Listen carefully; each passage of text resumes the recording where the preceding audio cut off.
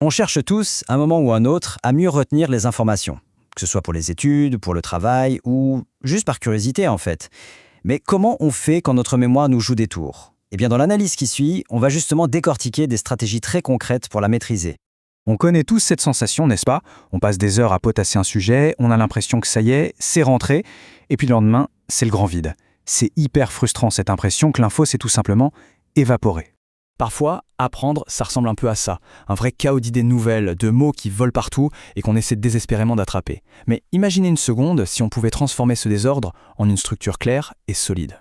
Bon alors, plongeons dans le vif du sujet. Il se trouve qu'on a le choix dans notre manière d'apprendre. Il n'y a pas une seule et unique voie, mais en réalité, deux chemins, deux approches radicalement différentes pour mémoriser. Et voilà la distinction clé qui va tout changer. D'un côté, il y a ce qu'on peut appeler l'apprentissage par la force, une sorte de combat qu'on mène. Et de l'autre, l'apprentissage par la douceur, qui consiste à travailler avec notre cerveau, pas contre lui. Allons voir ça de plus près. Commençons par le chemin que beaucoup de gens empruntent, souvent par défaut, sans même vraiment y penser. C'est l'approche de la confrontation, du forcing.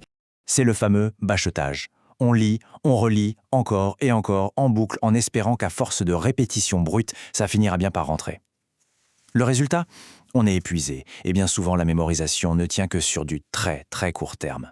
Passons maintenant à l'alternative, une approche bien plus élégante et surtout bien plus efficace. L'idée, ce n'est plus de forcer le cerveau, mais de le convaincre. Il s'agit de travailler avec sa logique naturelle. Mais voilà tout le secret. Le cerveau, ce n'est pas un simple disque dur qu'on remplit. Non, il est conçu pour comprendre, pour créer des liens, pour trouver une logique. C'est pour ça que quand on lui présente une info de manière structurée et raisonnée, il l'accueille et la garde bien plus facilement.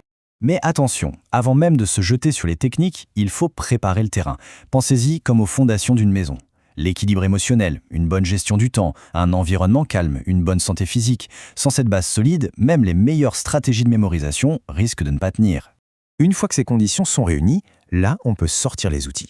Et il existe une boîte à outils vraiment puissante qu'on peut résumer par l'acronyme DSIR. Ce sont 5 stratégies concrètes pour vraiment maîtriser la voie de la douceur. Alors, le D, c'est pour la méthode déductive. Plutôt que d'apprendre par cœur qu'un objet en métal coule dans l'eau, on va chercher à comprendre le principe de la densité. En trouvant le pourquoi du comment, on ancre l'information de manière bien plus profonde et durable.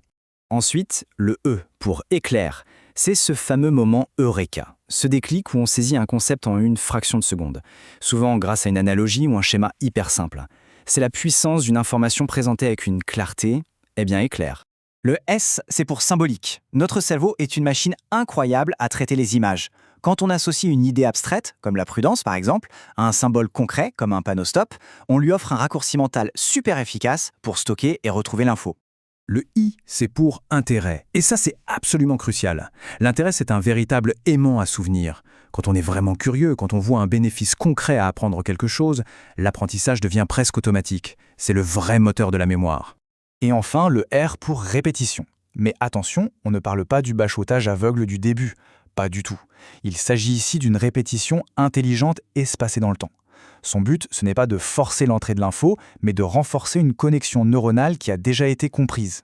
Alors voilà, on a vu les outils. Mais avoir une caisse à outils bien remplie, c'est une chose. Savoir quand et comment utiliser chaque outil, c'en est une autre. C'est là qu'on passe de la simple connaissance des techniques à leur véritable maîtrise. La maîtrise, ce n'est pas de choisir une seule méthode et d'y tenir, non, c'est de développer une sorte de flexibilité mentale. La vraie compétence est de savoir analyser ce qu'on a besoin d'apprendre et de piocher le bon outil ou la bonne combinaison d'outils pour y arriver. Abordons maintenant un problème que tout le monde connaît, sans exception, le fameux trou de mémoire. Ce moment de panique, vous savez, quand une information qu'on connaît pourtant très bien refuse de remonter à la surface. Heureusement, il y a des solutions toutes simples. La première, c'est de remonter calmement le fil de ses pensées, de se remettre dans le contexte. La seconde, si ça ne fonctionne pas, c'est de tout arrêter, de rester calme et de laisser l'esprit faire son travail. C'est fou, mais souvent, l'information revient toute seule quand on arrête de la chercher frénétiquement.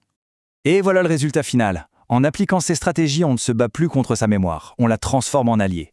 On construit son savoir, brique par brique, de manière solide et logique, marche après marche, jusqu'à atteindre une vraie compréhension profonde.